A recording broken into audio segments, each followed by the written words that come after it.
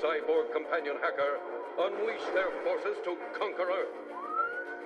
Only one force can stop this evil, a handful of brave men.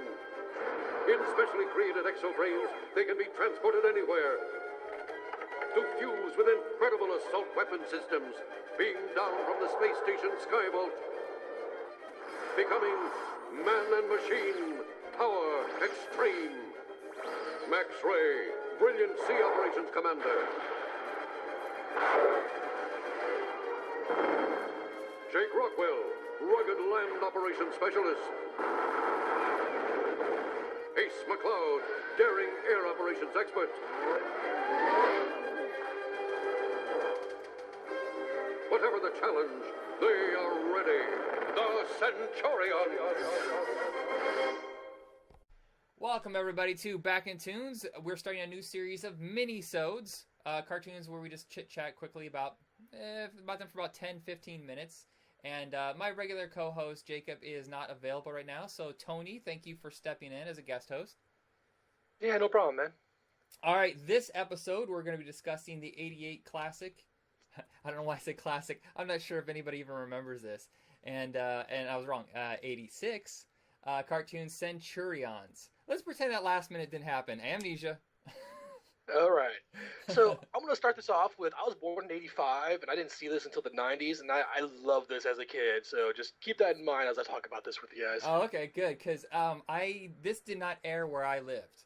I still don't understand why so many cartoons did not air in Indiana. And this wasn't even anime. I mean, yes, it was produced by a Japanese company, but what wasn't at that time that was, action, toy oriented. And I kept seeing ads for this. I even read the Marvel comic. I believe there's a mini-series.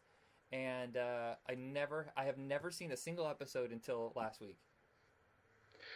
Yeah, I know what you mean, man. I mean, some of these things I wish I had seen more of, and this is one of the ones where I happened to just catch on cable TV. It was on the Cartoon Network, and I enjoyed the heck out of it in the '90s.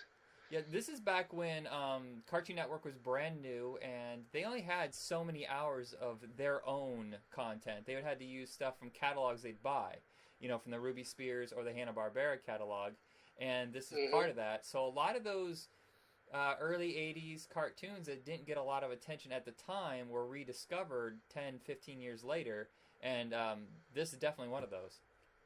Oh, yeah. Though, I'm going to go ahead and say that as a full-grown adult trying to rewatch some of these things, all I can do is just shake my head and just say, that's just the stupidest thing I've ever heard in my life. This is like the quintessential 80s boys cartoon. Like, you got all the cast, the production company behind it. It's like they took the bits and pieces of every cartoon that was popular at that time and said, okay, so let's put this all together and make like what do you want to call it, like a greatest hits cartoon. Right. So like, hey, isn't that the voice from G.I. Joe, and isn't that the guy from Transformers? That animation style sure looks like Marvel, but it's not. Yeah.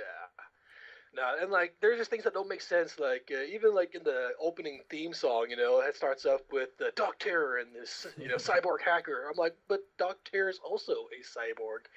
Does that mean that hacker just doesn't have anything important in his life, so that he has to be tagged what he already is as well? That, or he has mental issues where I'm above being a cyborg. Don't not call me a cyborg. It's demeaning. I have a doctorate. I'm Dr. Cyborg. Sir, that name is actually owned by another person. Oh, crap! I like the names, too. Well, damn. The names of the heroes are, like, really cheesy. Did you ever watch Mystery Science Theater 3000? Yeah. There's an episode called Space Mutiny where this big, muscle-bound guy, Reb Brown, he played the first Captain America in those terrible TV movies. He had one of those, like, real super manly name. And for the rest of the movie, the Mystery Science Theater crew were just making up names like Slab, Rickwad, Bone, Tripwire. But that's the name of like all the heroes in this. Max Ray, Jake Rockwell, Ace McCloud.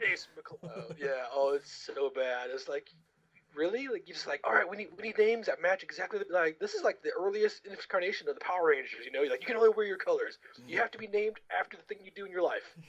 Well, that's the way it works with porno names, I think, too. It's just like, your first dog and the street you live on. It's just really random stuff. You almost wonder if the names are on 20-sided die, and they would just roll a couple of those, and that's how they chose the name. And also the fact that like all of their abilities and costumes are modular. Like I'm wondering every now and again if you're just sitting there like as Max Ray, the sea specialist, looking at Ace and like I want to wear the flight suit sometimes. I mean, all my dots are in the same place. Why can't I fly? Did they have to get certification in order to wear a certain suit? Because they're like, no, you're not cleared on wearing this version of the suit that looks almost exactly right. the same as your suit, just with slightly different rearranged holes. And like, and how do you train for that? It's like, as a pilot, you should be able to fly.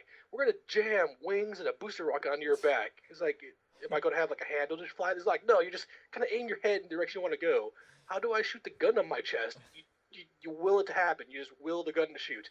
That was the curse with there's a character in He-Man that was like that. Like the only way he could shoot is if he like bent over like he was taking a dump, and then he'd shoot his rockets off. You're like, nobody fires like that. Like I said, as an adult, you just look at these things like this is just really, really impractical. Like you're not even wearing like full body armor. If you were flying around or going through the sea at the speeds you say that you're going through, you'd be ripping your skin off in the water, or just getting serious like wind abrasion or something. This is just not. This wouldn't work. I'm sorry. I wonder if someone, when they first saw the suit designs, they're like, "Are you guys sure about this? We're sticking with this design because this looks really creepy and weird. Like this is a fuck suit. Like there's just a lot of random holes on this. This is not right." Yeah. And like I get a feeling that, like you said, this is just pulling pieces and parts from other things. It's like, okay, they're kind of like visionaries. Oh, they're also like transformers because they transform from human to machine, but only half machine. Yeah. Wait, half machine? Man and machine? Power extreme. Some of the people that were behind this cartoon actually surprised me. Jack Kirby and Gil Kane worked on the artwork for they designed the characters, and I was like, wait, what? Jack Kirby? That's crazy. But I think this is during the period where Jack Kirby and Gil Kane were kind of out of favor. Comic books were kind of switching to a different look, and they had yet to be really heralded as the greats. True. Although I can, like, now that you say it, I can kind of see like a little bit of New Gods going on in there. Can I say this? This is gonna burn my bridges with any comic book fans, but I've never been a huge fan of Jack Kirby's design. I get that they're weird, but for something about them just turns me off. No, I know what you mean, man. Like, there's just some things that you can't go back to. Like, at the time of this era, I imagine it's really cool, but like, I have problems with John Romita Jr. Because he's basically a copy of his father, John Romita Sr. And all this stuff just looks blocky and repetitive. And, yeah, and the lines, no offense, the crazy use of the face lines. It's just like, I get what you're going for. You're going for a classic look, but it's just, we've moved forward, and comics need to move forward with it. We can't use old ass storylines. We can't use old ass art. And so, like, that's, anyways, moving on. Yeah. So, as a whole, I really enjoyed this cartoon, and there's some cool things to it, but you can't go back to it without just kind of crossing your eyes going, I don't know about this, guys. I will say the quality of the animation is extremely good, especially in the opening. Oh, yeah. It was top-notch for the time. It says designed by Sunrise. Ruby Spears, yes, their name was on it because they were the financiers, but a lot of these cartoons were designed by other companies overseas that don't get a lot of credit. Now, for the people who don't know who Sunrise is, they are behind Cowboy Bebop, Gundam, and Escaflowne, just a bunch of these cartoons you catch like on Saturday night on Cartoon Network, and Adult Swim. So if you're fans of some of the newer style, it started pretty much here with Centurions. Oh yeah, and there was a toy line. I you know what? I saw ads for this in my Marvel comics, but I don't remember ever seeing a single one in stores. I've never heard of anybody owning one of the toys. It must have been very short-lived. Yeah, I've never seen one of the toys in my life. Though, if you would ask me as a kid, I would have absolutely wanted one. Yeah, I wonder how many of those still hold up. So, during the 80s, a lot of those toys were bought up, the minute eBay popped into existence, everybody went on and bought all those toys that they thought about when they were kids. I wonder how many of those people were like, why did I buy that again? Oh, nostalgia. Although, like, at the same time, I've seen some pretty cool stuff, like the giant G.I. Joe air carrier, what have you. Like, I've seen that, and people have done some crazy thing with that thing, and that thing was expensive back in the day. No kid didn't want that, was able to afford it. What's the Transformer that was like the station? Like the one that looked like it had like a little train that went around it, and it was a huge, like it had an oddball head with like a rocket launcher on top of his skull? Megaplex? Is that it? I can't remember, but yeah, Well, there's always the big Metroplex. ones. Metroplex. Oh, okay. He was the entire town. There were a lot of those big sets that you could never afford, and you always had that one friend who had like, oh, you got the Millennium Falcon, oh, you got the carrier ship from GI Joe, oh my God, how do you afford all this stuff? And you know, I always had like the tiny little figures, and I think that's all Centurions was just like because they were their own ships, which kind of it would cut down on the sales of the toys because they couldn't sell the figure and then the ship. They had them together, so maybe that wasn't well thought out by Kenner. And that was one of those things that was also happening more often was that they were making cartoons to suit toys more than anything else. Yeah, I believe it was in 1982 the FCC decided that it was okay to have children's programming that also served as advertising, but the rule was they had to curb the violence and they had to have some sort of message at the end, which I don't recall there being a single message in Centurions. Did I miss it? You know, I can't help but feel that it was just a giant military, like, join the Navy, Army, you know, Marines, and or Air Force situation. Kind of like G.I. Joe, you know, where it's like, it's an action flick, but it's an action flick about being an American hero. It's like, I want to fly or be a scientist, you know. It's like, I don't think so. I want to drop this real quick. Of course, the voice cast is just a bunch of people that were in all sorts of cartoons. These names would repeat over and over, but somehow Frank Welker finds a way into every single cartoon we discuss. I think 90% of the episodes that we do, Frank Welker's name comes up. But I also noticed David Mendenhall. Do you remember him from Over the Top? He's the little boy, Stallone's kid. I don't really. Have you seen that movie, the arm wrestling movie?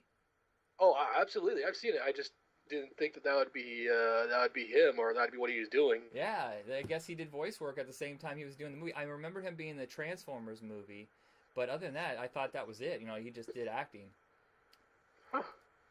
All right, so we're hitting the end of our mini-sode. I just want to let you know that Centurions' first half of the season just came out on Manufacture on Demand, July 21st. So if you want to pick that up, you have to go to Amazon or Warner Archive, their direct site, and you can pick up the first half of the first season. Well, the only season.